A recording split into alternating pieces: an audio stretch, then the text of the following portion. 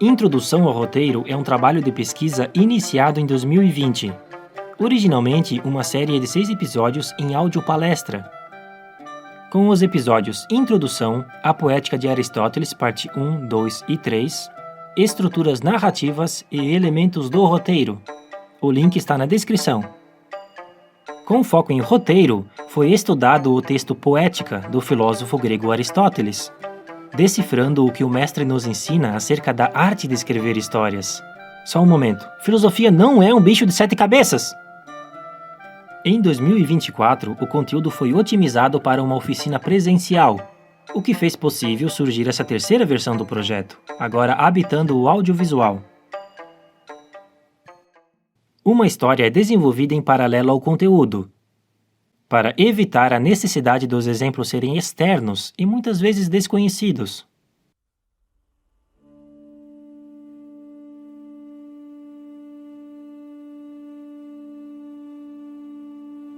Toda história deve habitar em um lugar e tempo.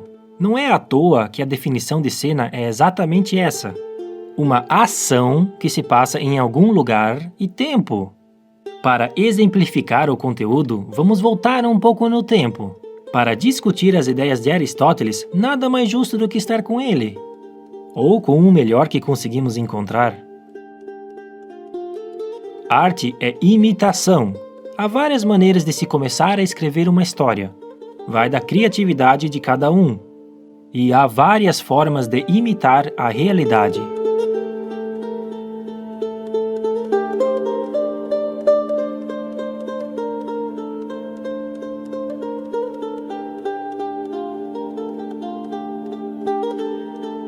Uma vez que o poeta é um imitador, como um pintor ou qualquer outro criador de imagens, imita sempre necessariamente uma de 3 coisas possíveis. As coisas como eram ou são realmente, imita a realidade. Ou como dizem e parecem, imita como vemos a realidade. Ou como deviam ser, imita o que poderia ser realidade. Há a possibilidade da imitação não só reproduzir coisas que são produzidas na natureza, mas também permitir ao homem se ajudar e completar para si aquilo que a natureza não lhe proporciona. Essa imitação chamamos de arte, e o objetivo da arte é de ser bela. E vamos entender o que é beleza. Tragédia é a imitação da compaixão e temor. Aristóteles nos explica que a beleza está em nossos sentimentos. Esse é o fundamento da tragédia. A melhor forma de entender a compaixão é pela empatia, pela dor comum, isto é, o sofrimento que todos nós somos vulneráveis. E o mesmo vale para alegrias comuns. Quando acompanhamos uma história, é natural nos colocarmos no lugar do personagem. Ainda mais quando ele sente ou quer o mesmo que a gente. Então, por exemplo, se você quer que seu personagem seja amado, faça ele amar. Já o temor é a sensação de ameaça, a falta de tranquilidade. Se você quer que o espectador sinta temor, faça seu personagem temer, crie conflito. Por meio da compaixão e temor, provoca-se a purificação. Purificação é catarse, isto é, uma descarga emocional. Em outras palavras, por meio das ações e conflitos, provoca-se uma descarga emocional. Essa descarga emocional também é conhecida como clímax. Nada é regra, mas sim formas. E uma das formas de escrever é para o clímax. Agora, independente de como você prefere escrever, sabemos que teremos no mínimo um personagem, o protagonista. Este é meu personagem para os exemplos. Ele se chama Aristeba. Ele é primo de Aristóteles. Um humano, mas personagem não é limitado a nós humanos. Um personagem pode ser um animal, pode ser um alienígena, pode ser uma deusa grega, pode até mesmo ser uma planta ou um objeto. Claro que, por enquanto, são apenas desenhos. Você não consegue descrevê-los muito além de suas aparências. Personagem é pensamento e caráter. Nós somos pensamento e caráter. Pensamento vemos nas falas, refletindo o seu caráter. E o caráter vemos nas ações, seus vícios e virtudes. Se conhecemos o pensamento do personagem pelas suas falas e o seu caráter pelas suas ações, entendemos que um personagem é feito de falas e ações, óbvio, né? Não é à toa que a etimologia da palavra drama significa ação. Dica: crie o hábito de pesquisar a etimologia das palavras. O conhecimento adquirido vai te surpreender. É que a tragédia não é a imitação dos homens, mas das ações e da vida. Tanto a felicidade como a infelicidade estão na ação, e a sua finalidade é uma ação e não uma qualidade. Os homens são classificados pelo seu caráter, mas é pelas suas ações que são felizes ou infelizes. Aristóteles nos diz que o objetivo do conhecimento é ação, não conhecimento. É na ação que somos felizes ou infelizes. Quanto às falas, Robert Towney nos oferece uma boa interpretação de sua importância. Um bom diálogo ilumina o que as pessoas não estão dizendo. Caráter é aquilo que revela qual a decisão, como naqueles casos em que não é claro se a pessoa aceita ou recusa. E, por isso, não exprime em caráter as palavras nas quais quem fala não aceita nem recusa coisa alguma. Caráter é decisão. Olha o tamanho disso. Quem é o louco que subiria o Monte Olimpo? Só os deuses mesmo para fazer sua moradia lá em cima. Eu não subiria isso nem se me oferecessem um par de asas. Eu teria que estar muito motivado. Sobre caráter, o mestre Aristóteles nos explica. Caráter são vícios e virtudes. Vício é uma tendência específica para algo que vai contra a moral, que é indecente, indigno, obsceno ou qualquer ato ou conduta por essa tendência motivada. Um defeito ou imperfeição de pessoa ou coisa. Virtude é a qualidade do que se conforma com o considerado correto e desejável do ponto de vista da ética. É a conformidade com o bem, com a excelência moral ou de conduta. É dignidade. O Aristeba, por exemplo, sua relação com o seu primo Aristóteles vai de mal a pior. Por quê? Aristeba é um invejoso. Ele vive na sombra do primo. Ele é mais velho e tem inveja que Alexandre preferiu ser ensinado pelo seu priminho mais novo. E agora Alexandre viaja conquistando territórios, e alguns têm a audácia de dar créditos a Aristóteles pelas proezas de seu pupilo. Aristeba tem essa tendência invejosa, é uma falha, uma imperfeição em seu caráter. É papel do personagem reagir pelo que lhe afeta. É papel do autor criar o que afeta o personagem. Para ter história, precisa ter enredo. Em outra palavra, precisa ter objetivo. E para ter objetivo, o personagem precisa ter motivação. Com motivação para alcançar o objetivo, o personagem age. Viu que seu primo está escrevendo novamente? E como vai ele? E como vai a escola? Deve ser incrível ser parente dele. O Alexandre visita com frequência?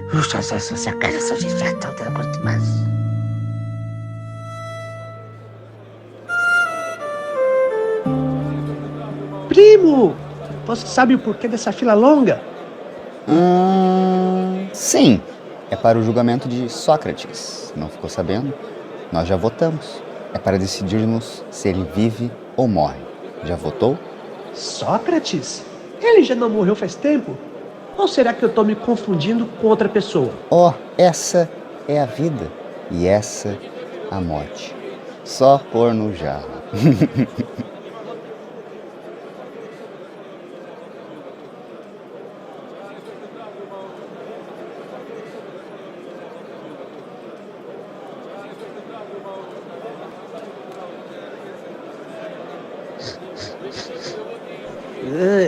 Que fedor é esse? O que você esperava? Estamos estreando essa nova latrina hoje. Latrina? Motivação, objetivo, obstáculo. Temos o objetivo de Aristeba, que é ser mais famoso que seu primo Aristóteles. E a sua motivação veio de uma lembrança do passado que ainda o atormenta.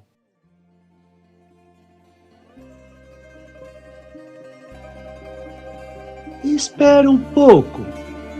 Minha formosa deusa Afrodite, que é digno do meu ser ter o prazer da sua presença, que até barbuda és a mulher mais linda, minha adorada deusa do amor, Me conceda um conselho à sua altura. Tenho certeza que possa realizar meu sonho.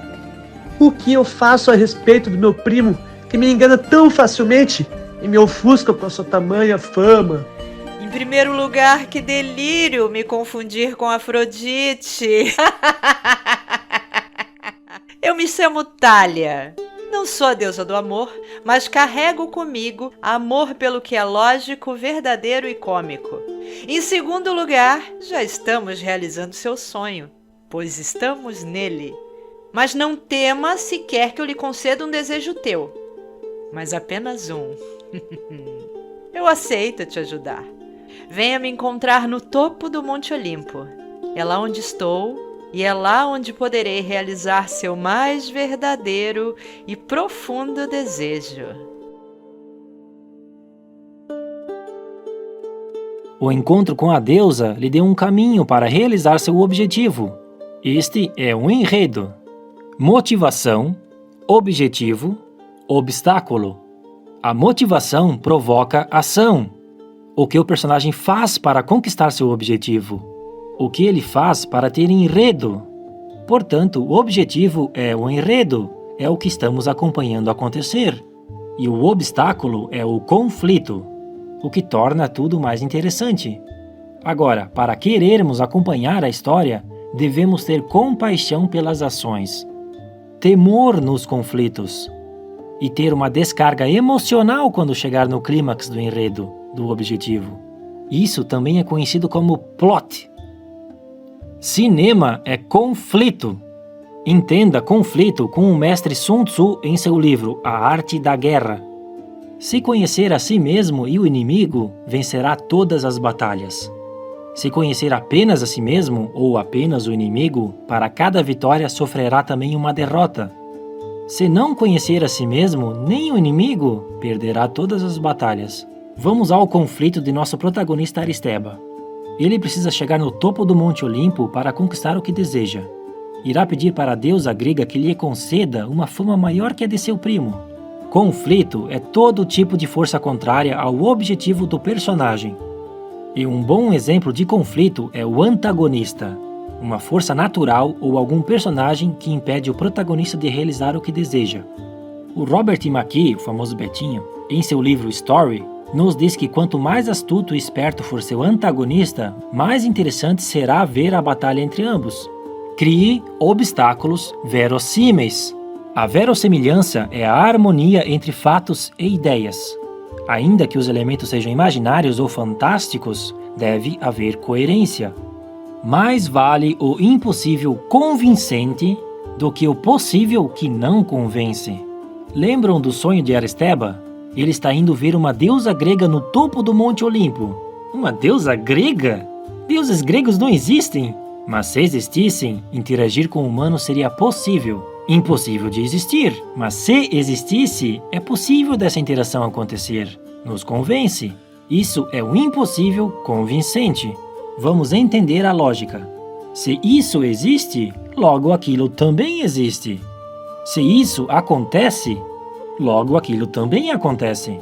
Ou seja, se o segundo existe, é lógico que também existiria o primeiro. Então, se um for falso, mas se existisse, o outro teria que existir também.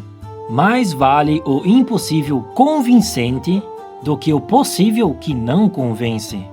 Possível que não convence é quando algo possível de acontecer acontece, mas não convence. É possível um raio cair e derrubar uma árvore, mas cair neste exato momento em que o personagem precisa atravessar o rio não é convincente. Outra forma de citar essa lógica é pela frase: é mais fácil acreditarmos no impossível provável do que no possível improvável. Deve-se procurar sempre o necessário ou o verossímil, de maneira que um personagem diga ou faça o que é necessário ou verossímil. E claro que o desenlace deve resultar do próprio enredo, e não de uma intervenção ex machina. A tradução literal de ex machina seria Deus vindo da máquina. Isto é, uma intervenção divina, um ser superior entra em cena para resolvê-la de forma mágica e nada verossímil. Os atores da Grécia Antiga vinham literalmente pendurados em um maquinário para representar seres divinos, que chegavam voando e faziam o que fosse necessário para resolver a história. Alguns ex machina podem ser tão absurdos que podemos chamar de impossível improvável. Porém, há exceção, um momento válido para usar ex machina, antes da história, se for necessário. Mas deve usar-se desse artifício ex machina em coisas que se passam fora da ação da peça ou coisas que acontecem antes dela e que um mortal não conhece, ou coisas futuras que devem ser preditas e anunciadas. Com efeito, atribuímos aos deuses o dom de ver tudo. E já vimos sobre a lógica disso. Chamamos isso de suspensão da descrença. Quando iniciamos um filme, um livro, uma história, estamos preparados para aceitar tudo o que acontece. Independente da história, suspendemos nossa descrença. Isto é, acreditamos em tudo o que vemos. É no início que se cria a lógica da história, e depois que criada, não deve ser quebrada. Então não vamos nos precipitar aqui. Certo, temos um novo obstáculo, o rio. Vamos falar de montagem intelectual. A mais B é igual a C. O que isso quer dizer? Quer dizer que uma imagem A mais outra imagem B é igual a C. Uma vontade, uma sensação, um sentimento, que pode ser mostrado com a escolha certa na sequência de imagens. Este é um conceito importante para o cinema, e foi o cineasta russo Sergei Eisenstein que nos trouxe essa teoria. É muito diferente uma coisa acontecer por causa da outra ou depois da outra. Vamos aos dois tipos de enredos. Enredo é a sequência de acontecimentos para o objetivo. Há dois tipos de enredos, o simples e o complexo. Simples é quando uma coisa acontece depois da outra. Aristeba atravessou o rio, depois de seguir o caminho de pedras, uma coisa depois da outra. Simples. Agora, enredo complexo, também conhecido como beat.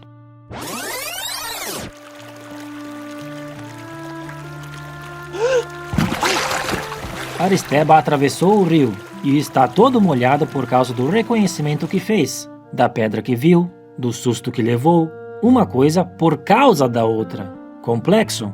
Existe causa e efeito, ação e reação.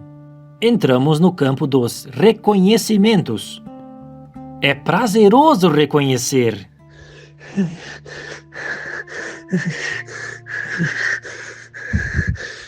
Reconhecimento é a passagem da ignorância para o conhecimento, do amor ao ódio e vice-versa, entre aqueles que estão destinados à felicidade ou à infelicidade. Há 5 tipos de reconhecimentos. O menos belo deles é a fala. Vamos recapitular. Personagem é pensamento e caráter. Falas e ações. São nas falas que mostra o que pensamos. Porém, somos o que fazemos. Nem sempre somos o que falamos. Reconhecimento por fala. Eu tenho que atravessar esse rio, senão eu nunca chegarei no topo. O personagem diz o que o autor quer, mas não o que o enredo requer.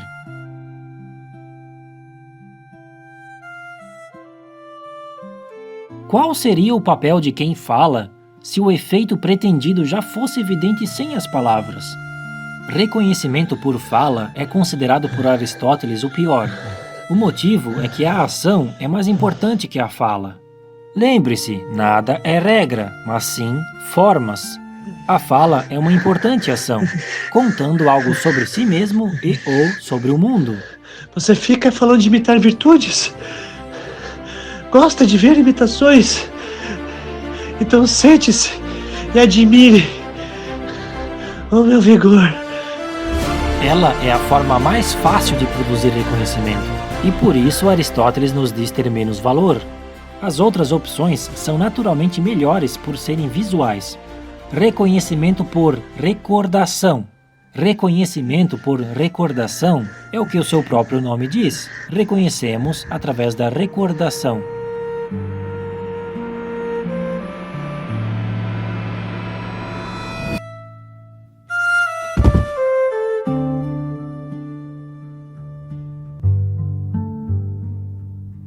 Os reconhecimentos podem ser melhor aproveitados se acontecer via peripécia.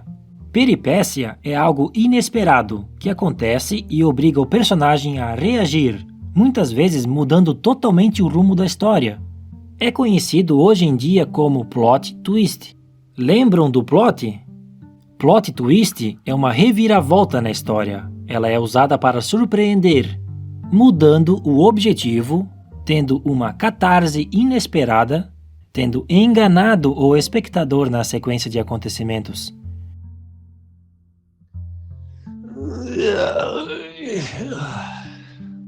Quem está acompanhando a história é esperto e consegue prever o que poderá acontecer. A peripécia é responsável por quebrar com essa expectativa e levar o espectador a uma conclusão inesperada.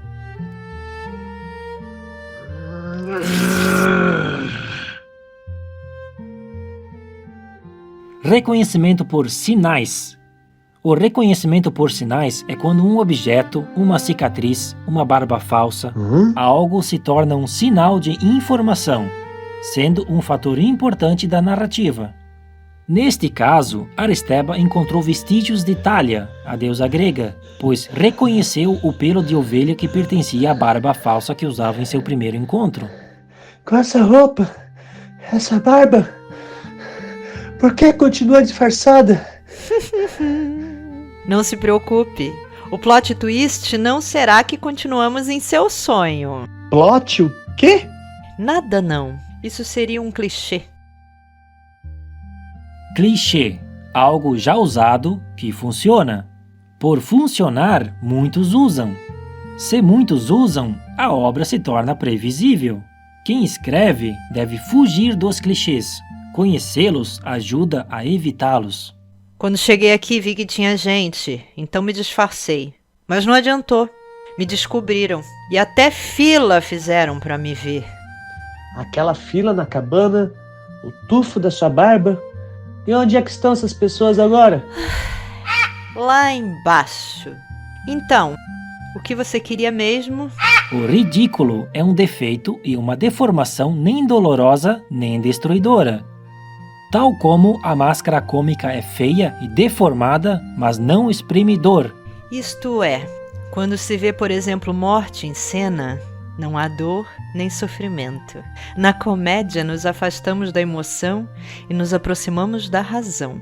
Damos risada quando estamos afastados da tragédia e vemos as coisas com pura inteligência. Para se aprofundar nisso, prefiro meu amigo Diógenes, lá de Sinop. Aristóteles escreveu uma continuação da poética. A que estamos estudando explica como é formado boas tragédias. Há relatos que ele escreveu um novo texto, onde focaria em entender a comédia. Uma das maiores tragédias é que esse texto foi rasgado por Aristeba, foi perdido. Henry Bergson continuou o trabalho de Aristóteles neste campo e escreveu O Riso, ensaio sobre o significado do cômico. Ao menos sobreviveu este trecho que acredito estar presente no texto perdido de Aristóteles. A característica de uma alma educada é saber acolher um pensamento sem aceitá-lo. Reconhecimento por raciocínio. Ah, espera. Verdade. Que tolice a minha. Você quer ter uma fama maior do que seu primo. Você conseguiu chegar no topo mesmo. Querido, é pela ação que somos felizes ou infelizes. E por isso consegui o que você deseja. Demorei, mas terminei o manuscrito. Tenho certeza que o texto que escrevi te fará muito famoso. Agora, vá pegá-lo. Deixei o original em cima da mesa lá na cabana. Se precisar de ajuda para fazer as cópias, te indico um ótimo impressor. Reconhecimento por raciocínio é aquele em que segue a lógica. Se Aristeba destruiu o original, ele destruiu sua própria chance de conseguir o que desejava. E isso é trágico. Ai, vamos. Não há nada que podemos fazer. Ai. Mas você é uma deusa. Você não consegue juntar tudo? Ai, até consigo, mas dará muito trabalho. E eu te avisei que era só um pedido. Escuta, Você quer acabar lá embaixo, como as outras pessoas? Já reconhecimento por falso raciocínio segue a mesma lógica do plot twist. Então vá. Desça pelo caminho que veio, assim como os outros fizeram. Pois é ser enganado. Como, por exemplo, pensar que Thalia matou aquelas pessoas da fila. Não é à toa que o falso raciocínio pode ser usado para desenvolver boas peripécias, bons plot twists, e é também a estrutura fundamental da piada, onde cria-se o contexto, o raciocínio, e depois o quebra indo para um caminho inesperado. Portanto, estas são as duas partes do enredo, peripécia e reconhecimento. A terceira é o sofrimento. O sofrimento é um ato destruidor ou doloroso, tal como as mortes em cena, grandes dores e ferimentos e coisas deste gênero. Sofrimento. Agir na ignorância, no impulso de sua motivação e depois de cometer o ato destruidor, reconhecer, como foi o caso de Aristeba, que sob o efeito de sua cólera, de sua raiva da fama de seu primo, se equivoca e rasga o que seria seu próprio sonho realizado. Este tipo de sofrimento também pode acontecer antes de cometer o ato destruidor.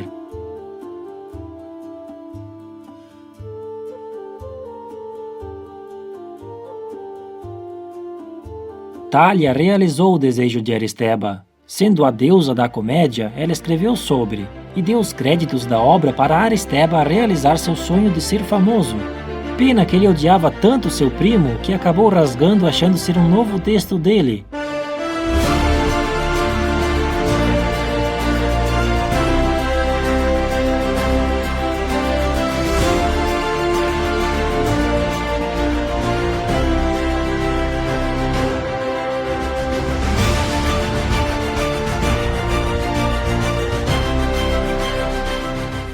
Gostou do conteúdo e quer saber mais? Desbloqueie sua criatividade com conhecimento. Mas não esqueça, o objetivo do conhecimento é ação. Boas escritas!